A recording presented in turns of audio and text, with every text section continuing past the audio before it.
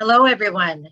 This is the September webinar presented by the Essex County branch of Ontario Ancestors. We do want to thank you for joining us. Just a reminder that this presentation is being recorded and will be added to our YouTube channel. Also, questions will be answered during the presentation, so make sure that you add any questions that you have to the chat box, which you will find at the bottom of your screen. There also will be a handout in the chat box.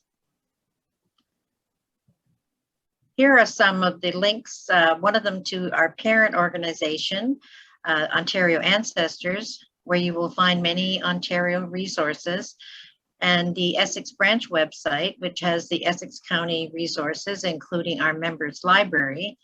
And new in the members library is the British Home Children Index. So I hope that everyone's had a chance to take a look at that. And our YouTube channel where you can review past presentations. Feel free to take a screenshot so that you have these connections. We always encourage you to interact with us by joining our Facebook group and following us on Twitter and Instagram. We did want to give you an update on a couple of the branch projects. The cemetery team resumed its work at Windsor Grove Cemetery this summer, continuing to photograph and transcribe gravestones, as well as finding and uncovering the stones that have been covered over the years. Feel free to join us there on Tuesday mornings, weather permitting. Also, the Windsor Grove Cemetery office has provided us with their database of burials. And over the summer, we've been comparing this database with our current Windsor Grove Index. And as of the end of the letter L, we have added 7,634 names, bringing our total to 18,789 names. This will probably take a few more months to complete, but once it's completed, we'll post it on our webpage. We also wanted to publicly thank the Kingsville-Gossville Heritage Society for donating a large number of books and articles which were duplicated in their archives. Books and articles detailing the lives of Simon Girty and John Prince, family histories of the Girty, Olson, and Nelson families. Also included are some Indigenous and Essex County history resources. These will soon be added to the Essex branch collection housed at the Windsor Public Library, local history branch, which you find in Sandwich. We also wanted to remind you that many of the Ontario Ancestors branches offer free webinars for the public. A list of these can be found on the Ontario Ancestors website. Look under the Education tab and click on the Events calendar. Here are just a few that I personally hope to attend. The Lambton branch has an update on the Tweedsmuir digitization project this Thursday, and on Friday, the Niagara branch provides information on where you can find Ontario land records online. The Kent branch is offering their October presentation on discovering your Indigenous heritage. There are too many to list here, but I encourage you to check out the events calendar and register for the ones that interest you. The Essex branch webinar presentation in October features a special guest, Lynn Palermo, known to many of you as the armchair genealogist, who will demonstrate how to create a timeline and its multiple uses. So join us on Tuesday, October the 12th at 7 p.m. You can register for the event on our website and on the Facebook group. Tonight's presentation is 50 Years with HEIRS. That is the Harrow Early Immigrant Research Society. They are celebrating their 50 years of preserving local history and assisting people researching their ancestors in Harrow and Colchester Township. It is being presented by Chris Carter. Chris Carter was born and raised in Windsor, Ontario. He attended F.W. Bagley and Walkerville Collegiate before graduating from St. Clair College's School of Business. He has been married to his wife Diane since 1981 and has 3 grown children. He currently works for the Ford Motor Company, which has given him the opportunity to write and share his love of local history. He has authored numerous local history books and using the guided tour format. He's currently a member of the board for the Canadian Transportation Museum and Heritage Village, as well as the acting president of the HEIRS Society. So I will turn it over to Chris, but remember to type your questions in the chat box and we'll answer them during the presentation. So go ahead, Chris. Just unmute yourself, Chris. There, how's that? Good, good. Good. I must have hit the button twice or something. But anyways, yeah, this is totally different from me going through this and doing it this way. Usually I prefer to be in front of you live, but we'll do what we can, and we want to, introduce you. She mentioned about my wife in 81. Next week we'll be celebrating our 40th wedding anniversary. But what's more important today is, of course, HEIRS. We're celebrating 50 years this year. Because of COVID, we haven't been able to have the party we would like to have and invite everybody to come and see what we've done, as well as our associate groups of historians and their groups that want to be with us. But we plan to do something big for Heritage Week in February. And I hope your group and many of the other local groups can join us for a nice celebration of local history. But HEIRS was started in 1971. Gladys Golden called a group of people she thought might be interested in local history and genealogy and put together a group. Well, like I say, the group's been going for 50 years. What got her thinking about this stuff was Canada's centennial. The scouts at that time went out and found all the burial sites of the former prime ministers, which the country never had before. So at least now, if you want, you can get a list and you can go and actually see these sites if you wish. And that's something they did. In December of 1971, we received a charter for nonprofit corporation with charitable status, which we're still working under. And our name, of course, had to be done at that time. And again, Gladys Golden was our lead person and president at the time. And she was interested in emphasizing our roots, ethnic groups, culture, and historical heritage. And of course, we have been able to get donations, grants, and that type of thing over the years. We are now in our 4th location. We started in a portable classroom outside of the Harrow High School.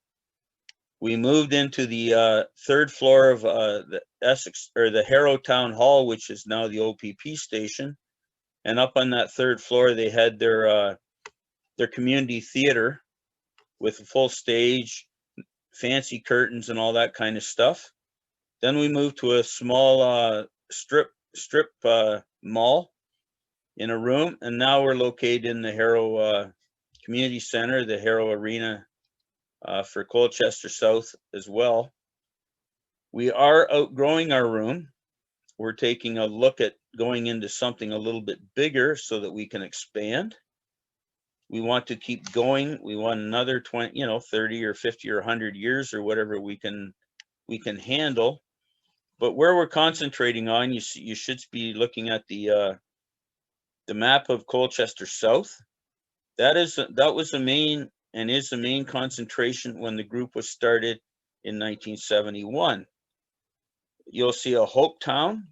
That's a Black history, or I'm sorry, that's a Black community that was set up by a lawyer from Sandwich Town. It never got registered in time, so by the time it got registered, Harrow actually had started and grew into part of that plan, but the Hope Town did get registered finally.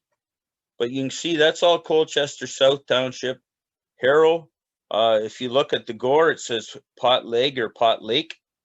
It was named after a lake behind the school, which was shaped like a pot or round, obviously. The Colchester village is sort of out of sight, but it's near the bottom. And all the United Empire loyalists, you can see in all the strip farms that are numbered along the lake. Everybody needed water. So now, over 50 years, we've started collecting the history of the whole county, as well as associated areas. The people from Sandwich Town, that's west of the bridge in Windsor, most of those people are actually the founders of Chatham, Kent, and especially the Chatham and along the Thames River area. And those names all mix and match each other. So that's important to remember, is when you're looking at those names, please take a look at Essex County, and especially Sandwich and Amherstburg, and to a small point, Colchester, and see where those people started and came from after they left either the United States or Fort Detroit, because it's very important to the Chatham Kent history. All right, so we'll move to the next slide.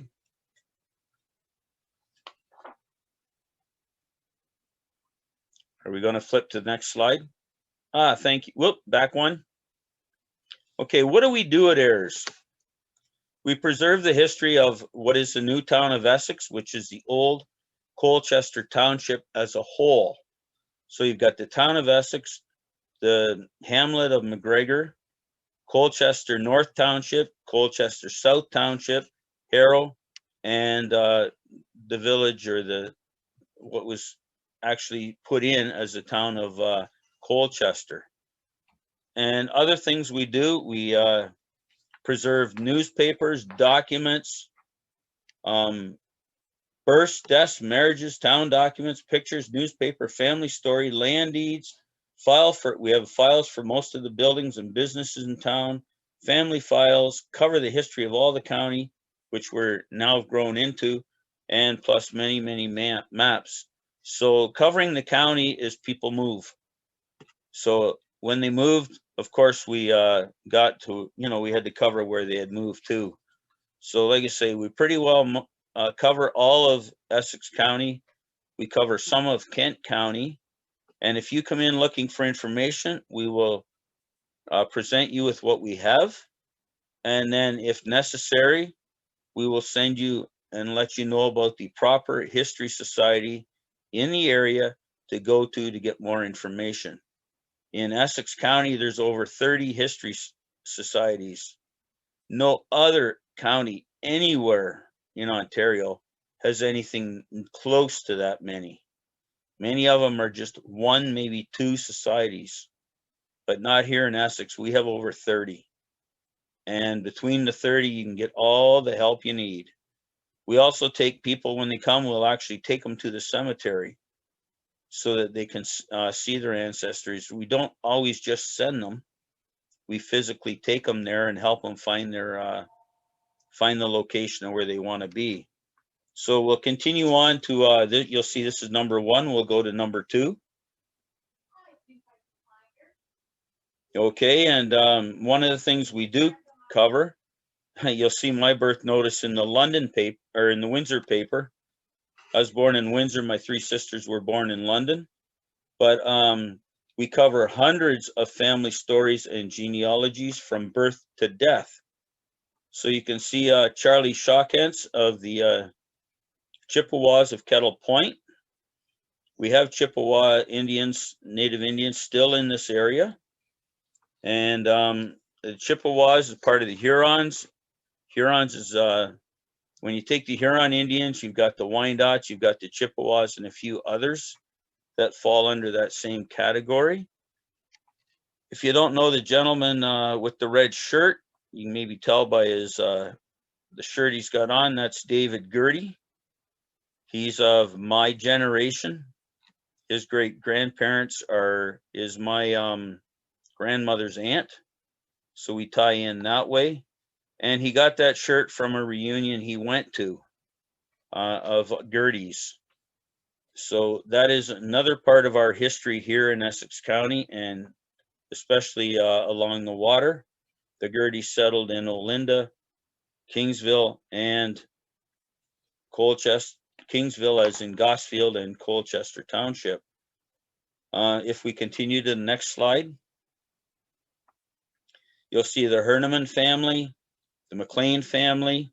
They're part of, they're they're happen to be members of HEIRS, but that's not really the point.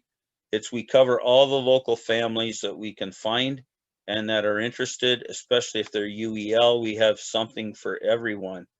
And I said we take you right to your death, which you can see the cemetery there, United Empire Loyalist Cemetery, the Hoffman. Can we go back for a minute, please? Oh, thank you.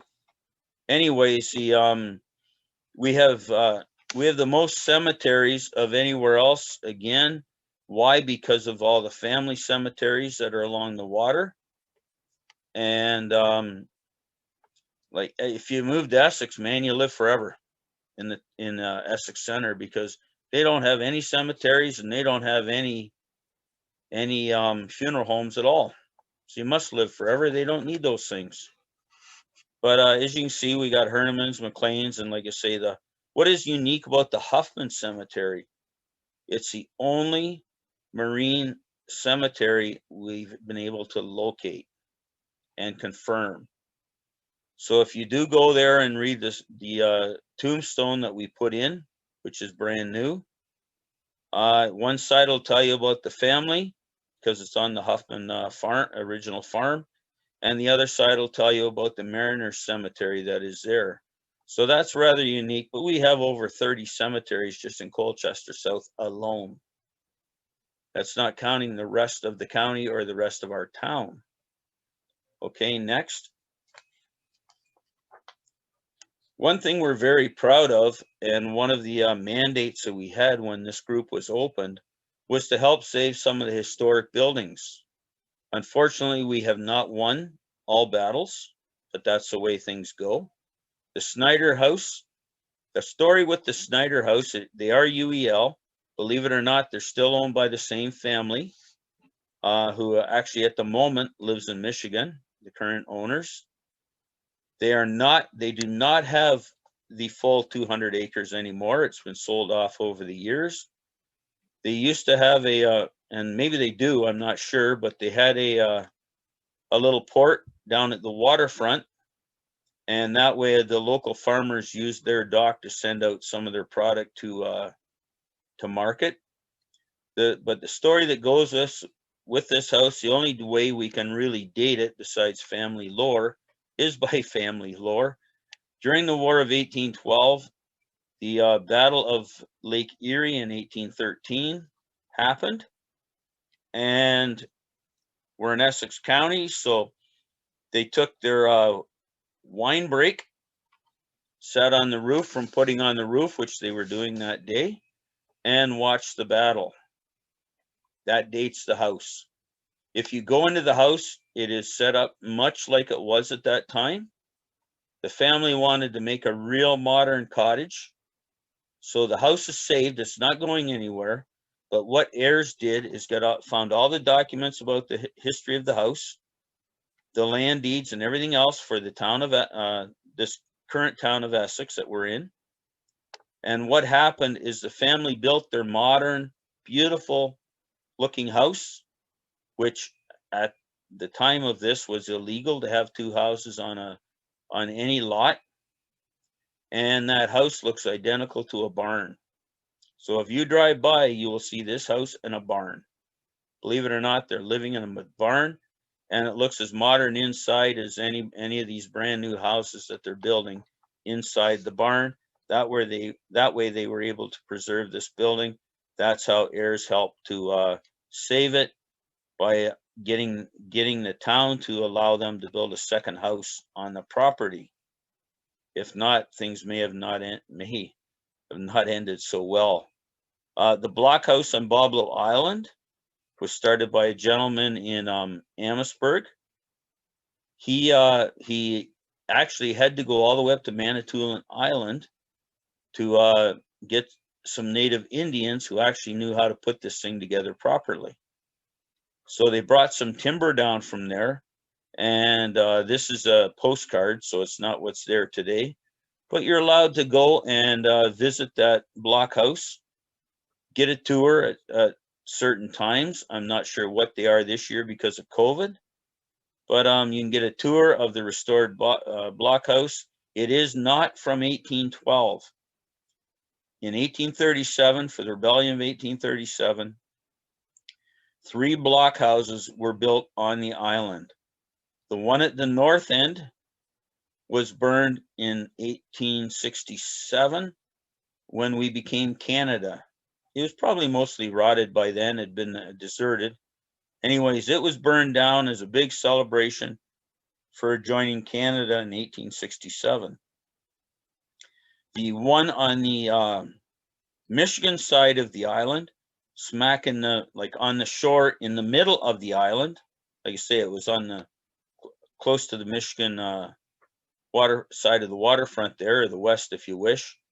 It was in the middle, but on the water, so it was on the edge. And that one was part of the Ranger House when Boblo was going. So if you've gone to Boblo at that time, they had like an area which was fenced off with a house. The blockhouse was buried inside that house, and it ended up being torn down. So that one's gone.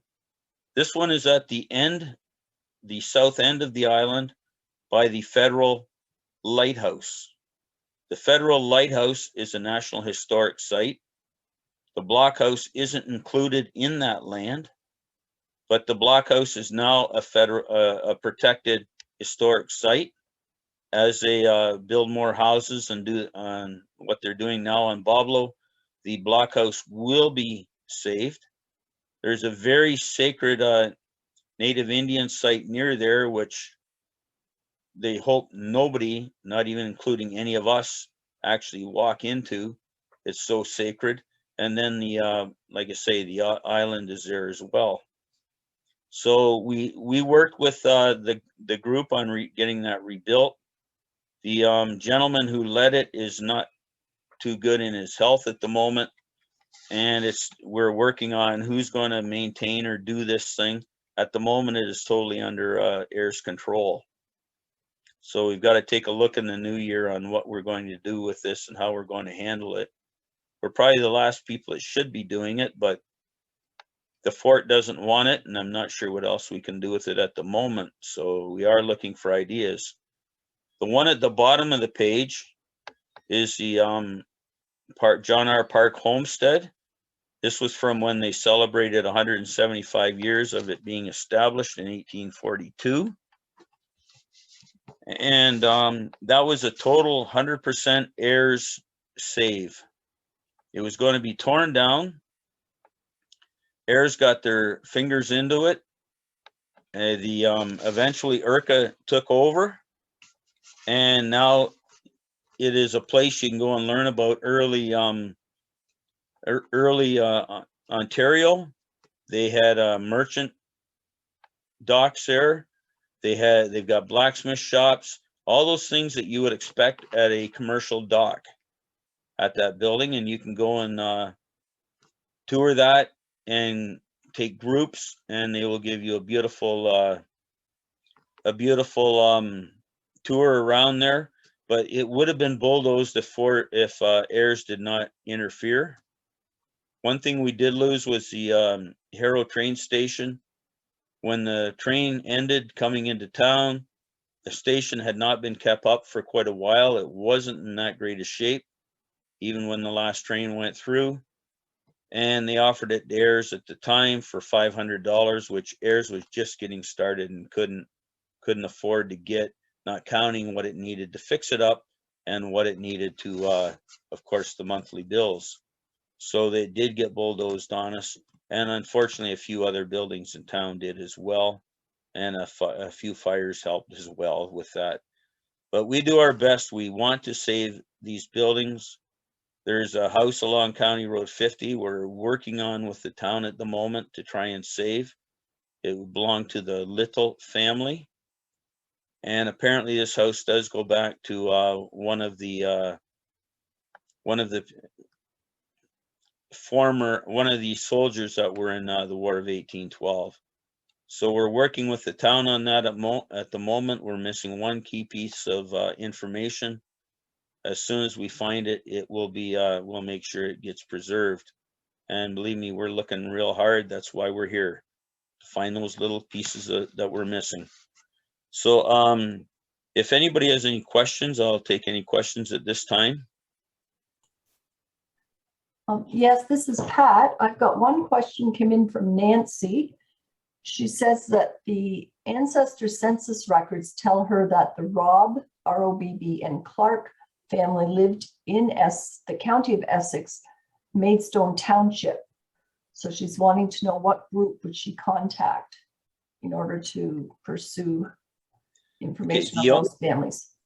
Okay, the Lakeshore does have a museum. The 401 and darn, I can't, the road that goes into Essex, I can't think of the other way when you go. But anyways, when you get off the 401 to go into Essex, just north of that, there's a museum. And it's the Maidstone Historic Society. You can try that. We do have, I'm sure we have information on that family, so we may be able to get you started. If you send an email to us, or you can send it to me, and we can help you get going on it. But I'm sure those families are down here. There are two different Clark families. One ends with an E, one does not, and that does make a huge difference. So when you're asking, make sure you know whether it's got an E or not, okay, just to help you out. All right. Okay, this one has an E, I believe, from what she typed. Okay, well, we have information on both, but it makes a big difference on the history, right? We had Clark's Beans in here, the Clark company that makes Clark's Beans and a few other products, and that Clark is that company was out of Montreal. We have a Clark that is a Native Indian on the Anderton Reserve. So we have a lot of information on that family. And we definitely have Clarks in Harrow and Colchester at this time, of both an E and not an E. So please be very careful that you make sure they understand which family you're talking about, and not just the Clark family as a whole. Okay, now Cindy has placed a link in our chat room for the Maidstone Museum. Thank you. So take a look at that, Nancy, and anyone else that's interested. Another question, if someone wants to help in these various projects that you've talked about, Chris, how can they get involved? Basically just contact us and let us know they're interested. The Snyder House is a privately owned house. We've found all the documents. It's not going to get torn down. The town has got it listed and it will be preserved. As long as the family's owning it, nothing will happen to it, because they're very proud of the fact that it's over 200 years in their ownership. The John R. Park homestead is under the Essex County IRCA, the people that take care of floods and all that kind of stuff, and water management, conservation. The blockhouse is the one that's up in the air right now, and we're just not sure how to handle it. It was basically a one-person show of getting it rebuilt. That person is not doing too well health-wise, and it was always, all the work was done through HEIRS. And like I say, we just have to sit down and figure out what to do. The nobody owns it. Like I say, it was just a one person that took over and got permits to get it rebuilt. It is on a private island, and the locals there got very much involved in getting it open. But that means at the moment nobody's in charge of reopening it or maintaining it. So we do have some work to go with that one. Okay, the Little family, the problem with that at the moment, they moved the house back from the lake front because it was going to, the land under it was eroding, and it was going to go for a swim. They moved it back to the north side of County Road 50, but there seems to be a concern about the lot it is on. And it was the first Anglican, the site, the house was used as the Anglican church until the Pollard got the church built in Colchester Village. So it does have some good history to it. Besides being the little family, it's a very little house. All right, so we're just trying to figure that out. We have to figure out how what happened when it got moved, that it seems to be on the wrong lot. So as soon as we can figure out what happened, then we'll be able to get it preserved, because if not, we have no proof that it's the same house. Okay. Okay, and just one other comment here. Kudos to you. Rich says, HEIRS is great. He's been a member for many years and the collections have been invaluable to him. He's wondering if you're going to talk about the collections and any new collection acquisitions for those that aren't familiar with HEIRS. So I think that's... Yeah, yes. Actually, that's who I think it is. He writes our newsletters for us. And he's up in the Golden Horseshoe, Niagara area. So that's awful nice of him to write them and be that far away. But yes, I am getting into that. I thought we'd stop and answer some questions while they were relative to what I just discussed and freshen people's minds. Okay, that's so we all can continue on and we'll see what else we can discover. Okay, this one's not a long area to present, but it is very important. We do work with local schools. Unfortunately, the local teachers, with the exception of one over the almost 25 years I've been associated with the group, actually brought a group of students into HEIRS. But we do get summer students, as you can see here, a young group from university or got involved and came out to HEIRS. We do work with many different groups, more than 30 wrong one. Anyways, we do work with Yale University, Acadia University, University of Windsor, and York, as well as Elder College, which is a division of Canterbury College of the University of Windsor. And we do work with local elementary, high school, and private schools. Even if they don't come, we still supply them with some information when they require it. Next.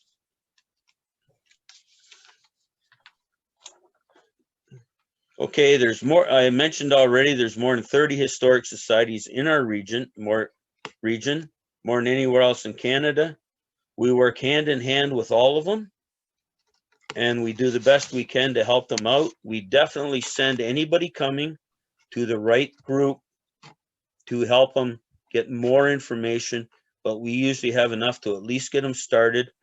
And then, like I say, they can get more detailed information if they need it at these other groups. We assisted the Kingsville Gosfield Historic Society in researching and preparing their Kingsville history book that they put out. The set of 2 books that is actually 1 book printed in 2 books for their publishing.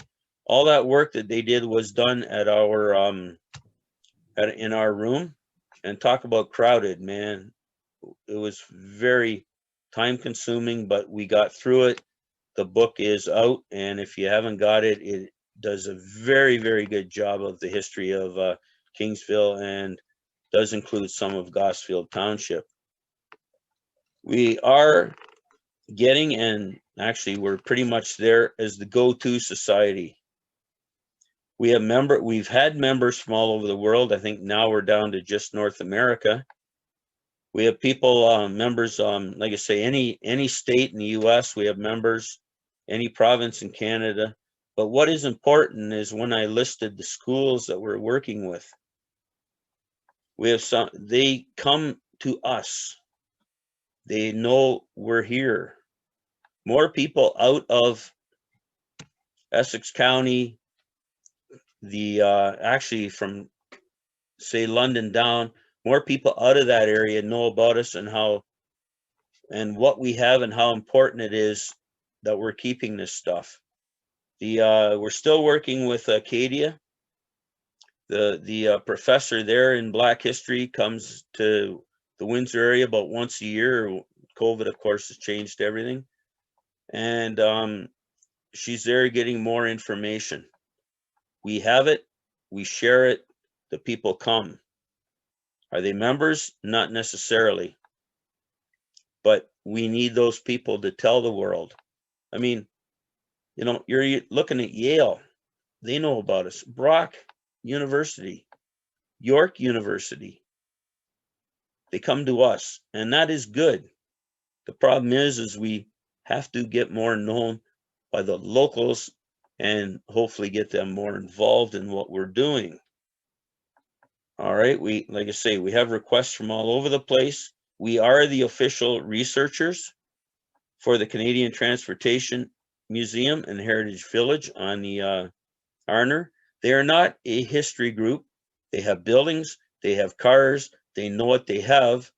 But if you ask about the family of that owned one of those buildings or something, they don't necessarily have that kind of information. So they come to us to pretty much answer every history question they get, because a lot of them are not specific. People just think it's a history group. They can call and get any of their history questions answered, and that doesn't happen. We are setting up a program. Jack Miners is interested in working with us and the Transportation Museum and be their historians as well and help them out. And you'll notice there that for whatever reason, or maybe they don't even know that the Kingsville History Society is there, I don't know. But they have come to us and the Transportation Museum. Sometime by Christmas, we'll be set up with them. For some unknown reason, and I do not know, and so it's not my place to get into whatever, Jack Miner's house is currently located at the Canadian Transportation Museum and Heritage Village. It has been moved there. If you want to tour Jack Miner's house, you come to the Heritage Village on the Arner Township line, and you can go through the building. Another building that is there, just while I'm on the topic, Eugene Whalen was, and you can look this up. Eugene Whalen was born in a community in Essex County called Hell's Corners. Remember Eugene Whalen, his green hat in the Liberal government? He was also born in a log cabin. That log cabin is at Heritage Village.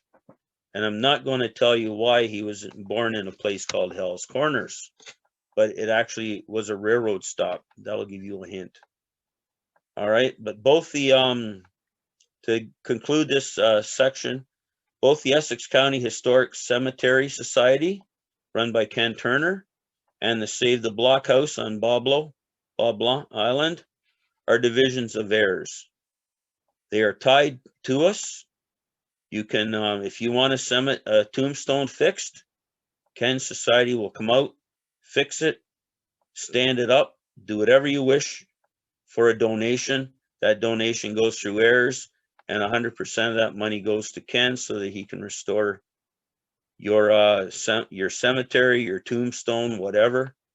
Ken has restored and put up new signs on almost every cemetery in Colchester South Township. And I'm not sure what he's done in Kingsville where he's currently living. I know he's done the Baptist Cemetery in Olinda. He and I worked on that together.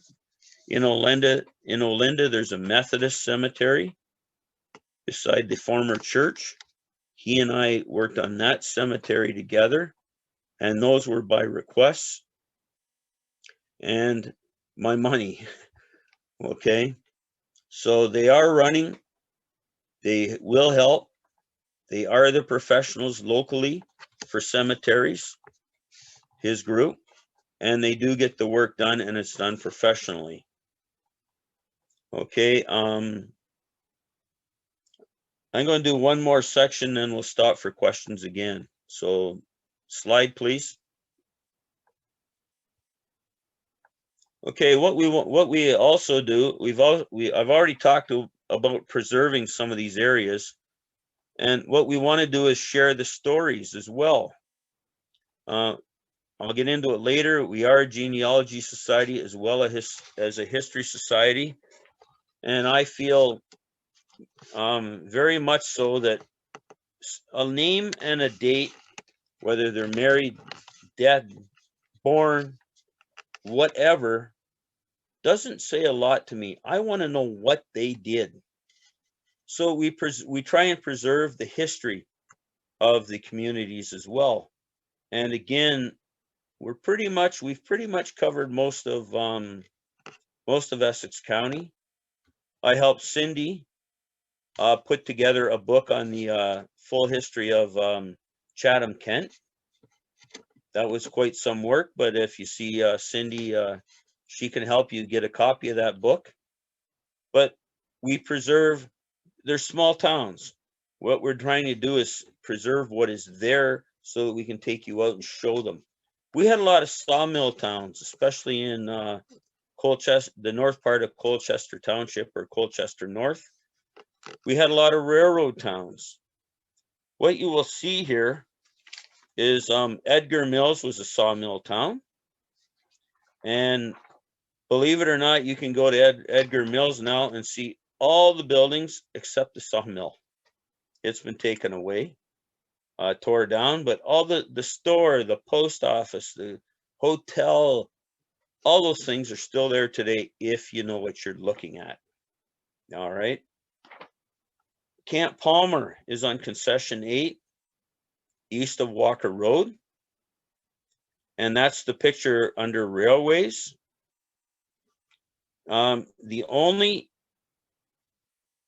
spur line off the Pere Marquette or Hiram Walker's Railroad that we can find is going into Camp Palmer. As again, like I say, it's a sawmill town. So what they do, load the railroad up with their logs and sent them to market. That spur line actually went right down the center of Concession 8. When they were done with it, the line came up. Next. That logging one is, again, another picture of Camp Palmer. If you go to Camp Palmer today, most of the buildings are still there, including the sawmill building. You won't recognize it as such, but I guarantee it's there. And believe it or not, it's the whole community, with the exception of the superintendent's house and the school, is on one person's farm. And he's proud of it, and he's preserving as much as he can. You'll see a native a pond with an island in the middle. Back in the day, and maybe even still today, I hope, people were pretty superstitious. The spur line came off the railroad that went from Comber down into Leamington, not the Pere Marquette. It went east and west. This one went north and south. Today, that is a walking trail, and you can walk the entire length of it right into Comber. But they put a spur line up what is now County Road 18 into Olinda and dug out sand and gravel to build the railroad tunnel in Windsor, Detroit.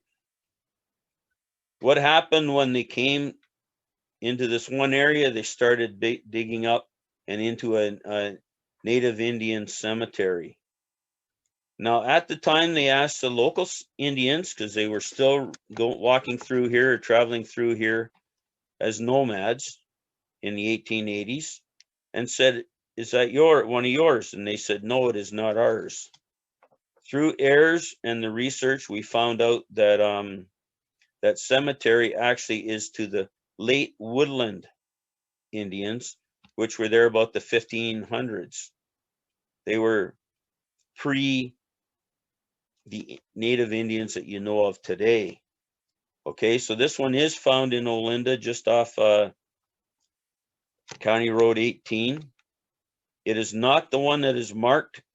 This one is west of the former Highway 3. And there's another one to the east of it. The one to the east of it is a marked Chippewa cemetery, with the last one being the last known burials in 1905. This one here is all pretty much pre-1650, if not older. But again, we figured it out. We found inquiries. We had 2 newspaper articles from the time.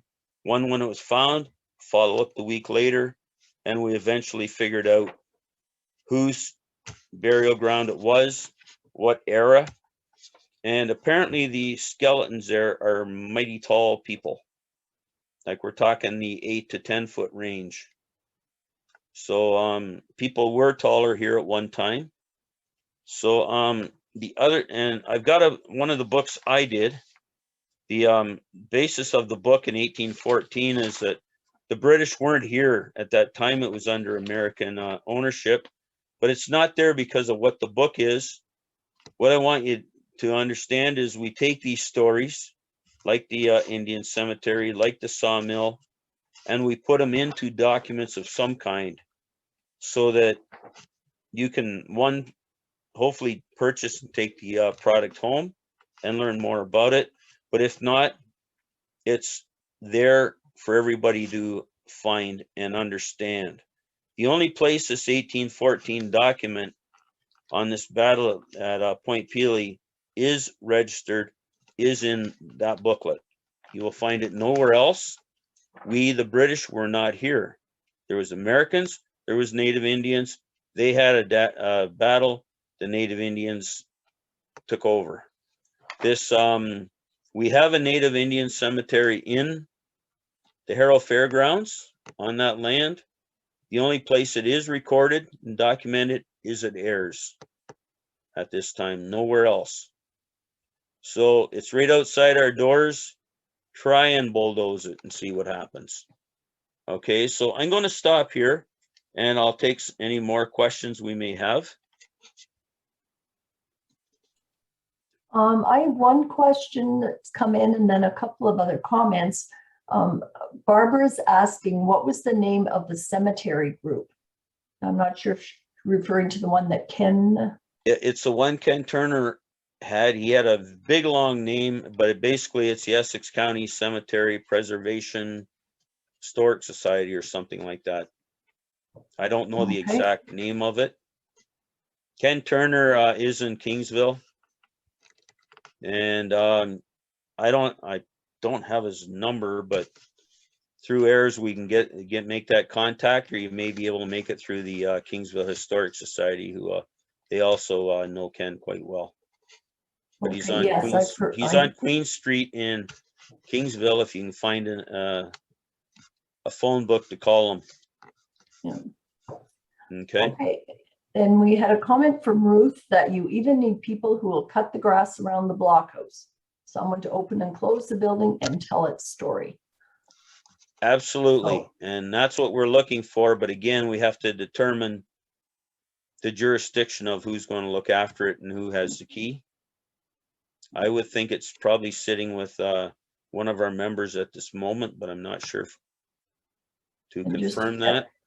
Yeah, if there is a group that wants to go through it, definitely contact HEIRS and we will get you to the right person to take care of that for you. Who that person may be at the moment, I'm not 100% sure.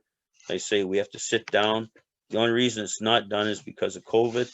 We were locked out of the arena for most of a year and a half, and we're just getting back into our room right now.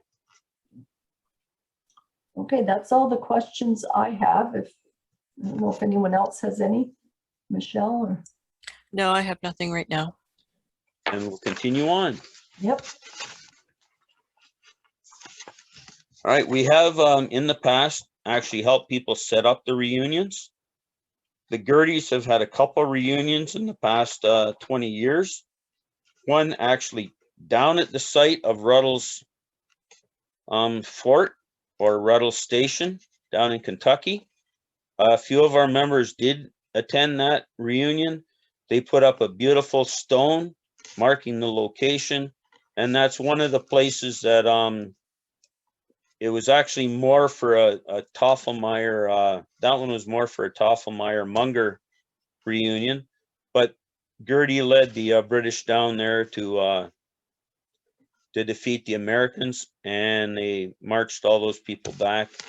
They're mostly UELs now, and they were first located on Grosse Ile, and that's a whole number family. But also the Gertie reunion that they did have, we helped coordinate a local family reunion for them. The Abbott family reunion, they have that once every 10 years at Point Pelee. They're part of the family, and the house is there. One of their houses there. They're part of any of the most of the original people around Point Pelee, Hills. I believe it's Hillsville or Hillsdale or something. There's a community that's just north of it. There's a church there. They have their church service there, and the thing with that is the people who put that on are down in Florida. So with them being that far down, they do look for, and they've come to us to help set that reunion up for them.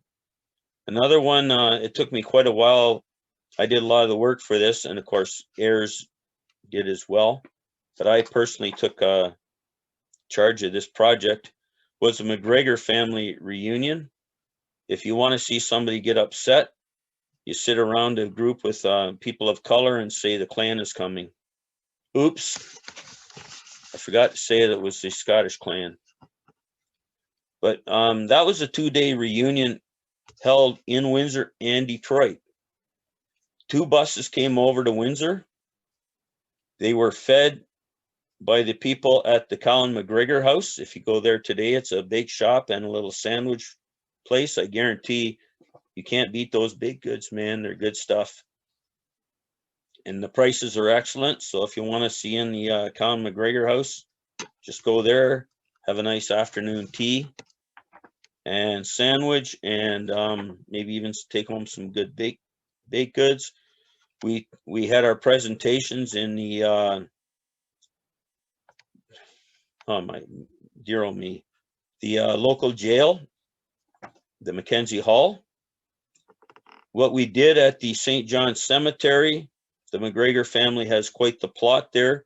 We actually dedicated a brand new stone there, and they had them come off their 2 buses. Most of them were wearing the McGregor tartan, whether pants or tie or something, hats, you name it, kilts. They were very proud of of that, and they came and they went in there. The bagpipes went in. One of the members was a minister who did his thing at the grave site. What is unique about this, besides 2 full buses coming over, which I led? The McGregors that started Ford are the same McGregors. In Chatham, Kent, you have McGregor's Creek, the same family. The Tilson Armories, the Army in Essex, Kent, wears the McGregor tartan. The former Scout and Cub group that was at St. Andrew's Church in Windsor on Victoria Street wore the McGregor tartan as their scarf. And so we have, and the town of McGregor is the same McGregors. So there's a lot of McGregor.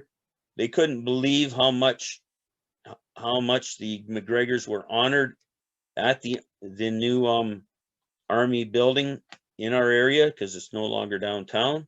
It's in Sandwich Town. So they were extremely happy to see that we remembered their family here in Essex County. One thing that most people didn't know, and this is what got me in trouble when I was sitting at that Black Historic Society's meeting, was the fact that many, if not half, of the McGregors that came had never, ever been north of the Mason-Dixie line. That's huge. They did stay in downtown Detroit at the Renaissance Center. All the Detroit things that they did were at the Renaissance Center. As I said, a new tombstone was ordered and placed at the Anglican Cemetery. And we've also done many other reunions, but not to the same point as we've done these ones or the Toffelmeyer one. All right, just so you know that we don't plan your reunions. We just make sure they go over well, and we assist where needed. Like I say, the people for both the Abbott and the McGregor reunions were in the far south. They both needed our help to look for to get their information and to find the locales that would accept them to come in and see. For Point Pelee, we had one of their long-standing volunteers go and open up the house that's there that they have on their site, and so allowed them to tour their family house. And you can go yourself anytime to Point Pelee and tour that if you have anything to do with the Abbott family. If you were a Toffelmeyer, you're related slightly, married into them anyways. So there's a lot we have done. There's a lot of ways we can help if needed. So we'll go to the next section. One thing we do as well is we help with tours.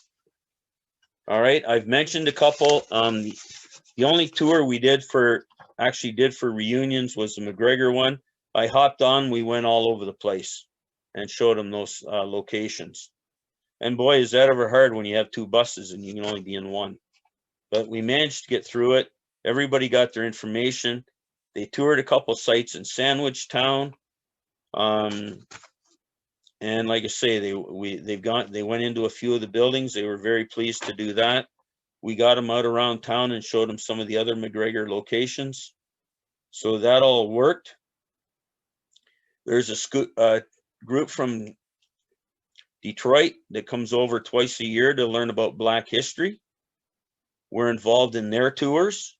They were pretty excited coming down when we took them through Colchester South Township and saw some of the very important sites that were tied to Josiah Hansen, Elijah McCoy. Josiah Hansen spent 7 years in Colchester. He was actually the hero of the rebellion of 1837, him and his militia.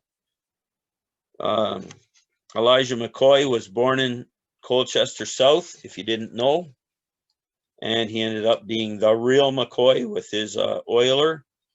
His house is preserved in the Metro Detroit somewhere.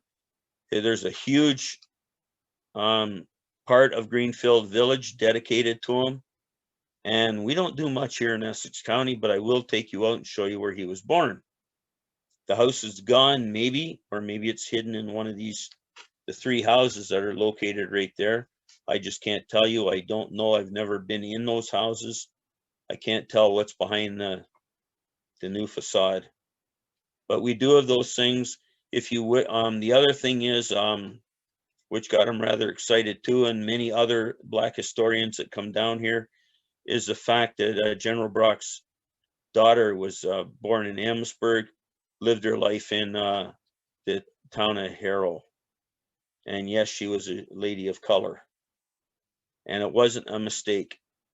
Okay, there was none of that. He had a princess from Ghana. It was his friend for life. He obviously couldn't marry her. He was supposed to marry somebody at home.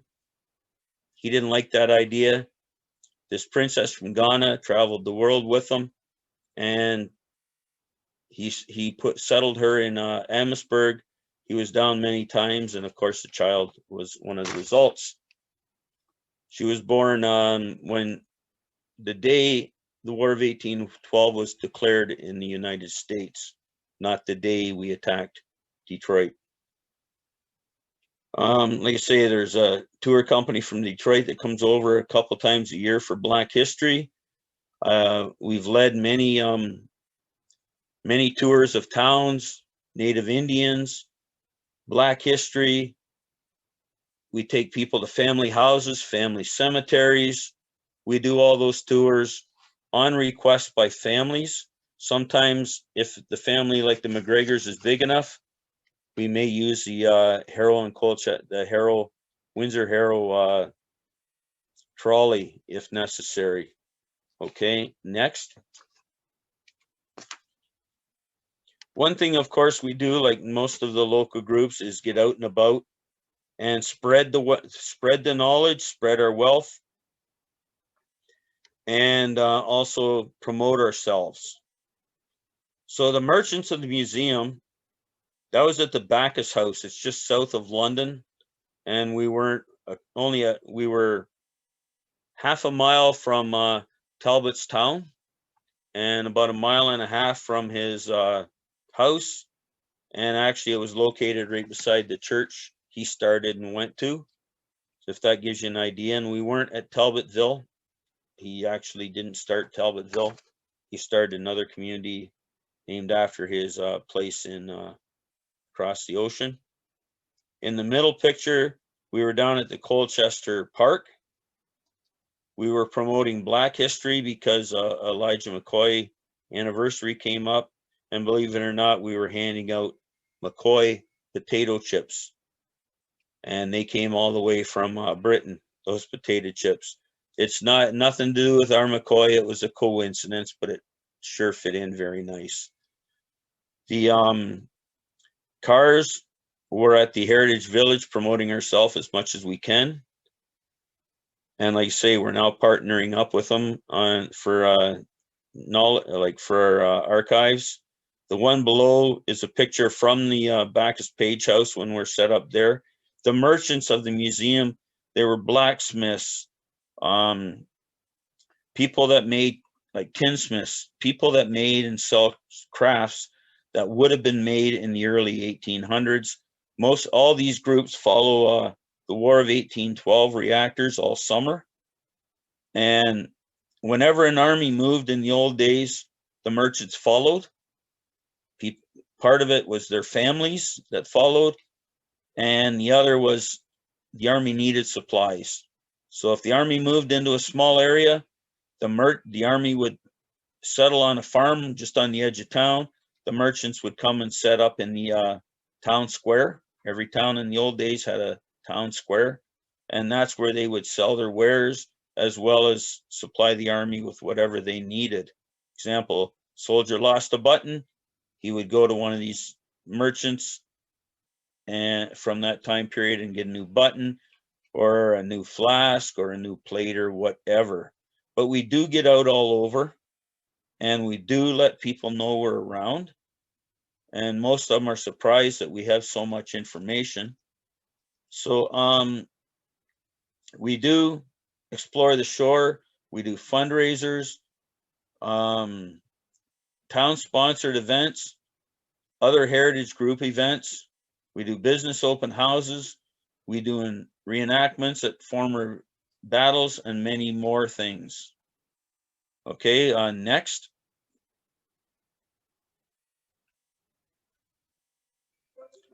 I threw in these couple pictures. The one right before the number 10 is actually the site of the Colchester Marina today. All that beachfront was cliff that he eroded away. So the cliffs came right out, at least at a minimum, to where the water is. It's all eroded away. You'll see no cottages up there. That tree is actually in the Anglican cemetery. We have other pictures of it there. When the church was standing, by the way, the original church. The other one is a picture of the cliffs at Oxley. There was a port at the bottom of there. They basically dug into the cliff and they went down like along the cliff side, like east-west. because north and south you can see is too steep. So what do? We preserve pictures from the past. We preserve maps and whatever other documents that we feel they want in another 100 or 150 years or people need today. So we have maps, we have all kinds of different things that we preserve for the town of Essex and for our members and clients. Okay, so we'll go to the next one and then we'll stop for some more questions. Okay, here's another couple of pictures. You can see the ruins of the church. And county road, actually the road used to go between the church and that fence line. There was, before the cliffs even eroded that much, they used to play baseball south of the church. Not much land there where those trees are, but they did. There was some kind of walnut grove, whatever you want to call the size of that. And there was a small schoolhouse. Now, we all learned as children not to throw the ball or hit the ball towards any building because we'll break our windows. So of course they didn't. They hit to the south towards the lake. Now you got to remember, back in the 1800s, a lot of these people were farmers. They had a lot of muscle on those arms. Nobody ever worried about anybody hitting the ball into the lake. And remember, beside that church was a road and a little schoolhouse, and then a ballpark with this walnut grove. So you can imagine, you can just see between this picture and last one how much of the Colchester shoreline has disappeared. Today, everything there is gone. Even the church, that is left of the church is a couple feet of the left-hand corner of that building. The other one I threw in, that's Paul Martin Jr. in the center. He became our prime minister. The family had a cottage, 3 cottages actually, in Colchester. Paul's first job was pumping gas in the village because they were out for the summer. You can read the rest of it. But anyways, he and his sister still own 1 cottage in the village. And even as prime minister, he would go down and stay there. You could go and do whatever you wanted. There was nobody watching him while he was there. You couldn't find a government person. He came over to HEIRS because he's a friend of HEIRS. He came over to get some information on his family. There was my car, Edith Woodbridge's car, and his car in the parking lot. He could go wherever you want. There was nobody else. Welcome to Canada, not the US, where you wouldn't have got near him. That's Canada. I wanted to show you that. We'll flip to the next one. And we'll stop there and we'll take any questions before we finish up. I have a couple more. It's Pat here. Someone is asking, whereabouts on the Harrow Fairgrounds was that cemetery? It is immediate. Okay, it's still there. It's a serpent mound. So it's a long, narrow hill.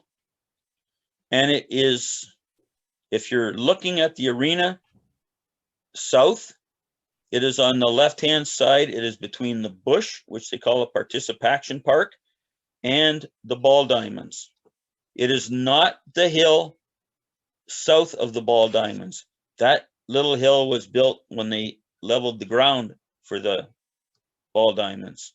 I'm talking about one to the left of. It is still there today. It has never been disturbed. We know, we have eyewitness account of the natives there. Again, the last time we know they went through as nomads was 1905. That was through Olinda. It was about that time that the people remember seeing the teepees, that's their summer tents, located on what is now the running track for the Harrow High School. They had the area, besides them growing their food, There's an area just south and west of town, of Erie Road. And it was where they, it was actually a tool making center. And we found that out when they went and dug to put in a basement for a house they were building. That is on that tool making place is right on the Sauk Trail that came from just south of Chicago, and believe it or not, it ended in Oxley. From Oxley, another trail went all the way up to Niagara Falls, Fort Erie, there before it ended. So it was on a well-worn Indian trail. The site of the tool making area does have a house there, but most of it's still untouched. The Serpent Mound is not touched, and believe it or not, neither is their village because it became a running track. That's the only thing that's been over top of it other than them. And there is buried in there the old corduroy roads coming into it from as extensions of some of the roads when Harrow was opened up. So I hope that helps you. Is that cemetery marked? Absolutely not. Oh. No, it is not marked at this time. We're working with the town to decide exactly what to do. People have more respect now than they had 30 and 40 years ago, where if one of these things were found, there's a whole mound of people digging like crazy, seeing what they could find. And people aren't doing that so much. They can't quite get away with it. But no, we have not got it marked at this moment. Like I say, the town has a heritage group led by the town planner, who's not just a regular town planner. She's a formally trained heritage town planner. So she knows every little mark on every little building and everything and when the era was, whether that thing should be preserved or not preserved, because that's the way she was trained and the courses she took as a town planner. So she's really good to us. She's working well with the history societies as well. She leads the heritage group for the town, and they decide what gets signs and what doesn't. They've got a dozen out now around the town of Essex, with most of them being in the south end.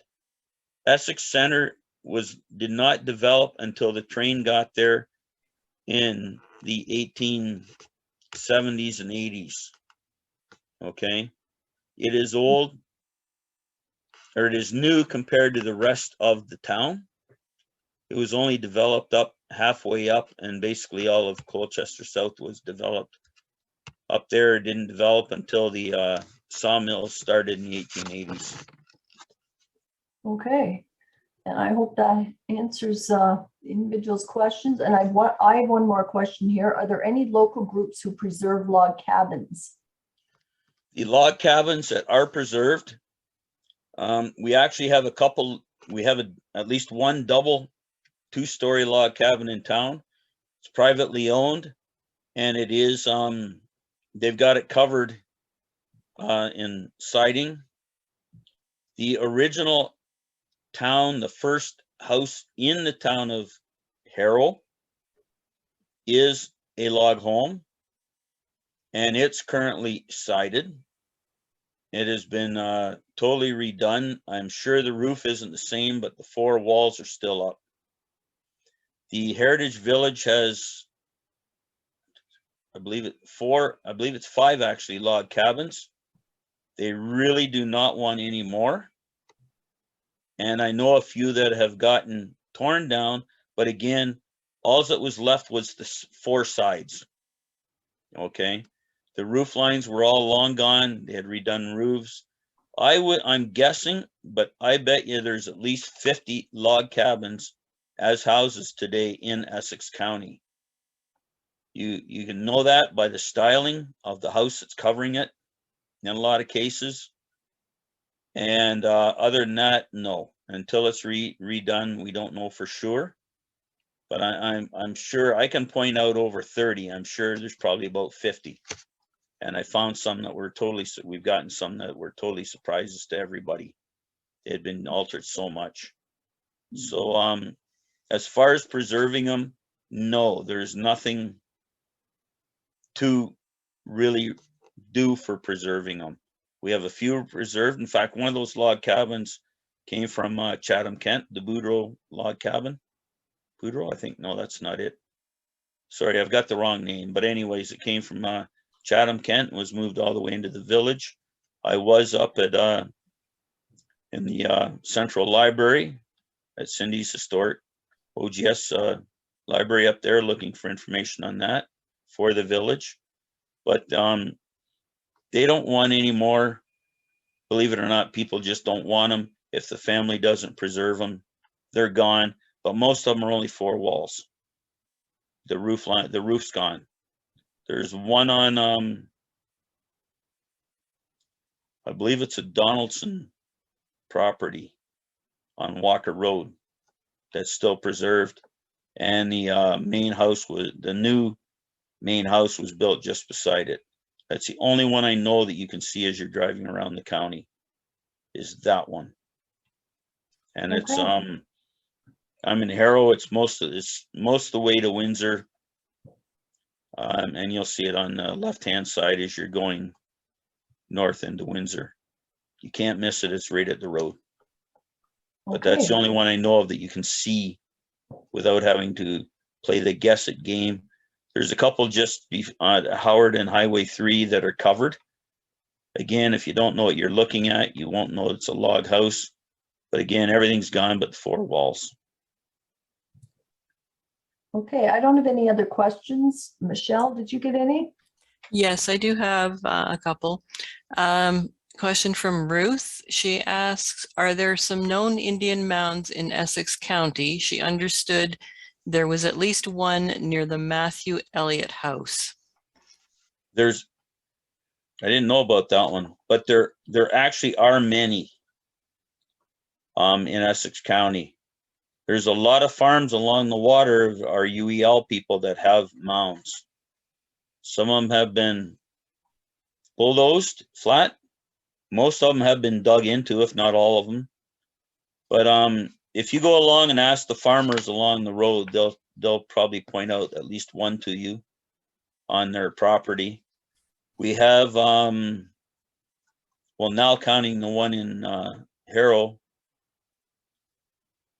we have about 7 known sites for sure along County Road 50. I'll count the one in Harrow as along County Road 50, although it really isn't. We have about, and those, they aren't necessarily preserved, but they're well dug into. How about that? Okay. They, there's probably nothing or very little left in them, because over the years, kids have found out what it was, dug into them.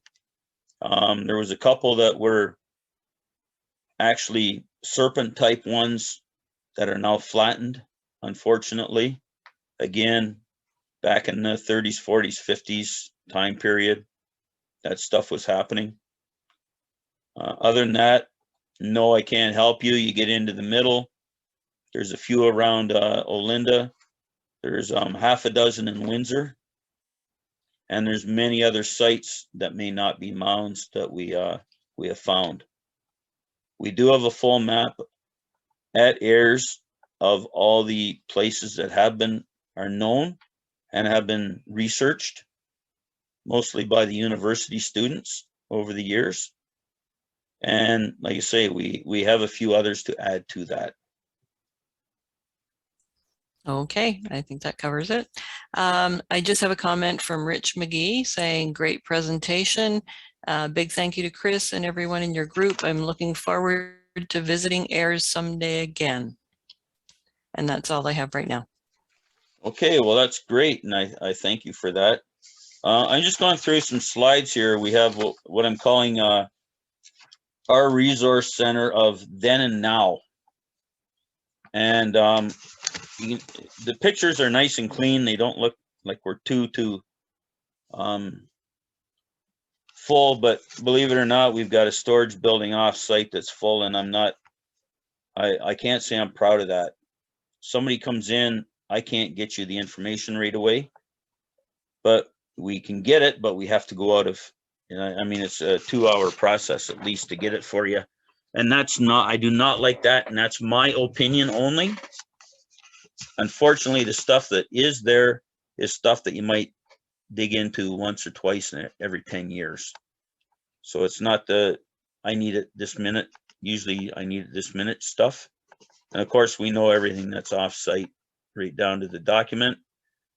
Like I say, I'm not proud of that, but we are out of space, period. There's no more space there for storage. In the bottom right-hand corner, I had a friend of mine built all those cabinets at the back. You can't get another dime in them. They're full. The bookshelves you see in there are loaded. There's more on the wall that aren't in any of these pictures. The filing cabinets are jammed, and we're basically out of room. We've been gathering and preserving and promoting for 50 years, and we have just done, we're busting at the seams. So let's go to the next picture. Now, our founding members have done a lot of good. These pictures are of today, right now. We have 4 computers there that are open and ready for the public to use. So if you come in, we can, we have Ancestry. You can get on that. We have all kinds of family history on the computers. All of our indexes are on the computer, so it makes it easy to find something. Every picture we have has been scanned into, and I mean, there's thousands of pictures. And we have all the pictures from the Harrow News for like almost 100 years of taking pictures.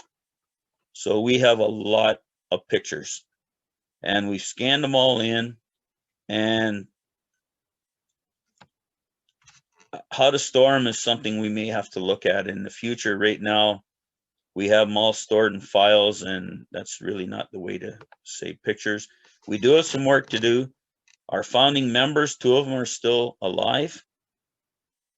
They're in their 90s. They and the other founding members have done a fantastic job getting this going. It's now up to our generation that is here and watching to keep this place going. Okay. The shelves were actually designed to, like for the ones by the computers, to put computer stuff on there, so it's right handy. And because of the height, some of them, we've got some nice pictures to see. If you look at the other picture, those 4 filing cabinets are all land documents, and every one of them is indexed. The land where they had the land documents in Sandwich Town, they put them all online. They don't want actually the papers. We're here to preserve papers. So we have all the ones for Colchester Township, Colchester South when it was split, Colchester North, and the towns in Colchester South and New Canaan. The one we don't have is HEIRS. It's the Essex County, or it's for the town itself of Essex, has the one filing cabinet with the town of Essex, their documents in it. And they, because it was one filing cabinet, they actually have them all in books, and they're all indexed. You can just go through the book and find the actual document. These things are stuffed. Man, we haven't, I mean, we'd need 400 feet of library shelving to put all those if we did what they did in Essex. If that brown thing at the beside the filing cabinets is maps. If you come up here, what's neat about our microfilm machine is it actually has a printer. So you can go on there and print. We have a lot of newspapers of the day that may or may not be online. We have the census you can go through. And like I say, it's there waiting for use. Usually when we're operating normal, not COVID, it's actually a fight to get on there on who's going to get on it. So it is well used. it cannot be fixed anymore. We keep tinkering it to make it work. So we'll continue on, or I'll be here for all night. Chris, it's interesting that you say that. It's Cindy here. We just need to have a few more minutes, and then we're going to have to wrap up by 8:30. Yep. So if you want to finish up, that would be wonderful. And we just want to remind people that the handout is in the chat box too. So continue on, sir. Yeah. Do you have the one with the one I sent you with the all the words and stuff? Yes, I do. That's been put in the Okay, chat that's the box. one that went in. That's terrific. Thank you. Okay, instead of this PowerPoint one, because it's anyways. You can see, like, I got the black filing cabinet open. You can see how stuffed that is. That's all just places in Harrow and Colchester South. All four of those all four of those drawers are that stuffed of local information that we put into filing cabinet system. The other ones are all family histories. Okay, if you the shelving you see, it was not in the other picture. We spent $5,000 on we got a grant for $5,000 to put into new shelves. So now the shelves don't fall apart, they don't warp in the middle. They're very solid shelves, and there's holes only because we haven't filled them yet. This is important. The drawers that are closed and all the drawers you see are all family histories. They're not necessarily family trees.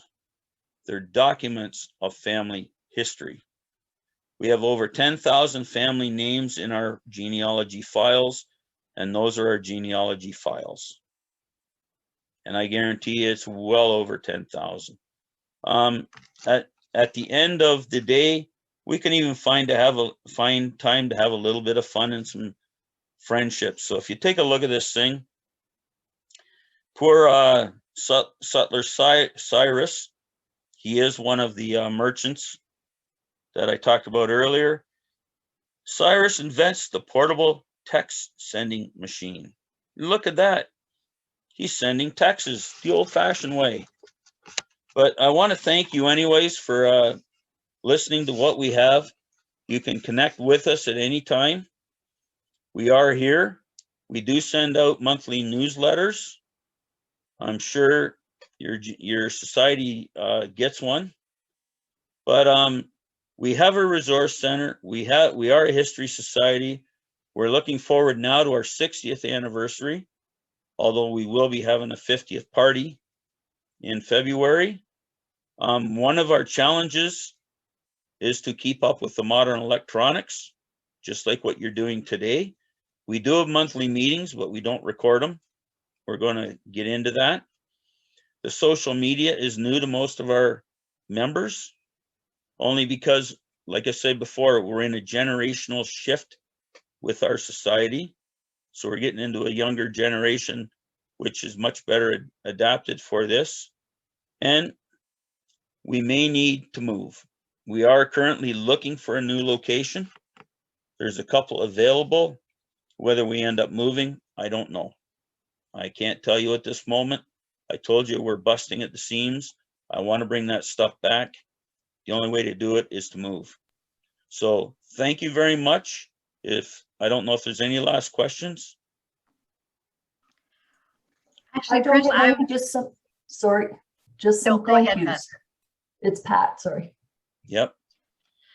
Hi, it's Linda here. I just wanted to thank Chris. That was a remarkable presentation. We've all learned so much about HEIRS and the many services that you offer. We urge people to join your Facebook group and visit your website, and whenever possible to visit your location in Harrow, because that's where they can do their research.